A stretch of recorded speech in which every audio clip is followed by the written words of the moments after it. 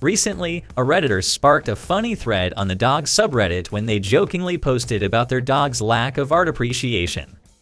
The OP original poster shared that they were planning a trip to Paris, but they were saddened by their dog's lack of enthusiasm for the work of the Impressionists.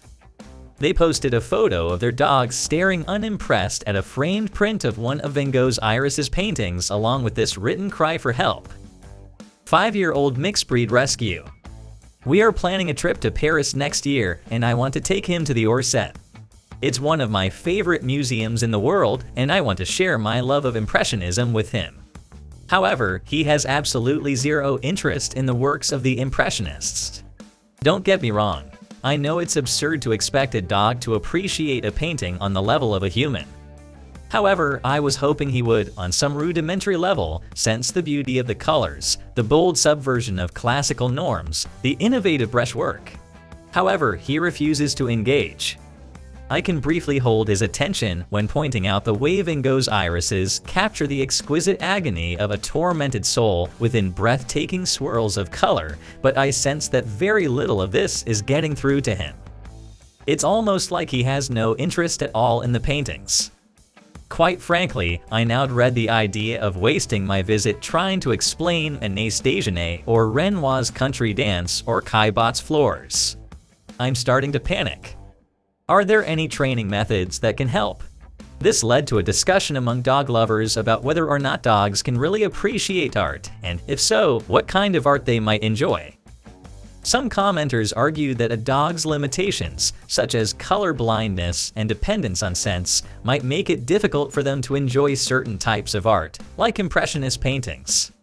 Impressionists are probably the artists least suitable for holding a dog's interest. They use little dots of paint to create a glowing effect as the combined dots create different colors.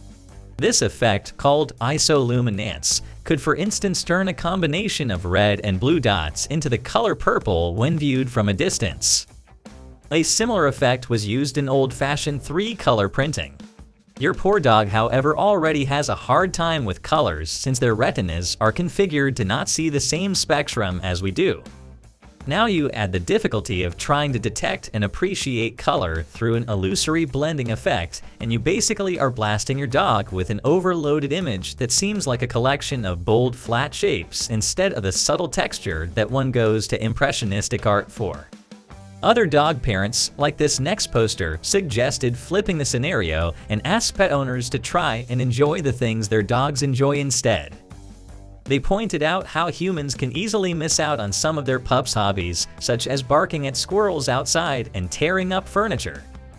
You know, I am hearing you talk a lot about needing your dog to appreciate your hobbies and interests more, but I wonder, is there room for you to show more interest in your dog's passions and hobbies?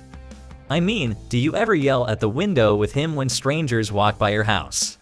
Do you appreciate the aroma with him when he picks a particular something that he must sniff indefinitely as it is so interesting? What about the daily crazy sprints? Or partaking with him when he finds a smushy, crummy, sticky something between the couch that he found to eat? I think you'll find once you show more interest in his passions, he may reciprocate and find more to appreciate about Impressionism. Of course, all these replies were made in good fun, but it does beg the question. Do dogs really care about art?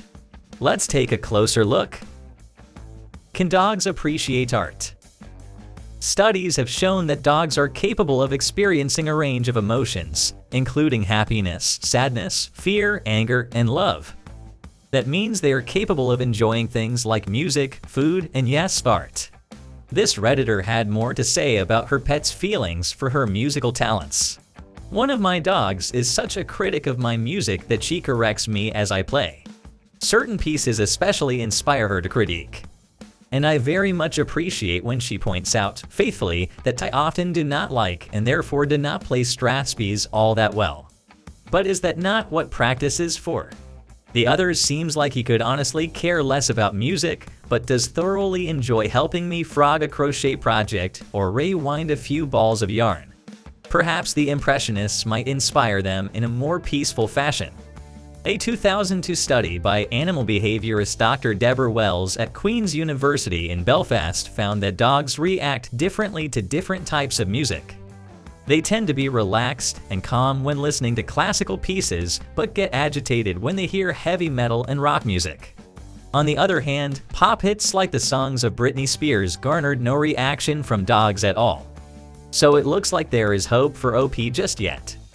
After all, if music can affect a dog's mood, there is no reason art couldn't do the same. However, it's important to keep in mind that dogs experience the world differently than we do. They see colors differently than we do. They are basically colorblind, and they rely heavily on their sense of smell to interpret their surroundings. That means that certain types of art, like paintings or 2D prints, might not be as interesting to them as others like sculptures or installations that offer different kinds of stimuli they can enjoy. How can you enjoy art with your dog? The good news is OP doesn't even have to go as far as flying to Paris to enjoy a cultured art exploration with his best canine buddy.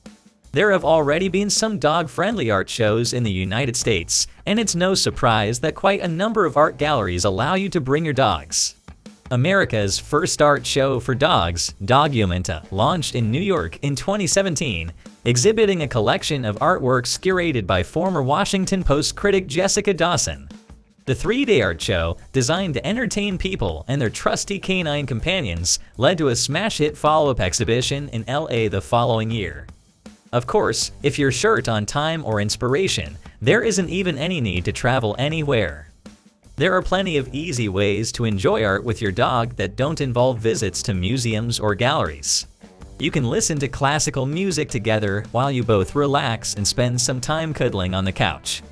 Or if you're feeling ambitious, you can create your own pieces of dog art by tearing up old newspapers or magazines. Just make sure your pup doesn't mistake your masterpiece for a chew toy.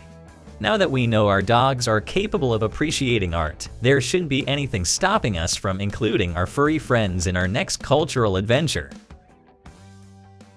Let us know what other dog-friendly art adventures you brought your pups to in the comments below. And remember to hit that thumbs up button and subscribe to our channel for all them good stuff.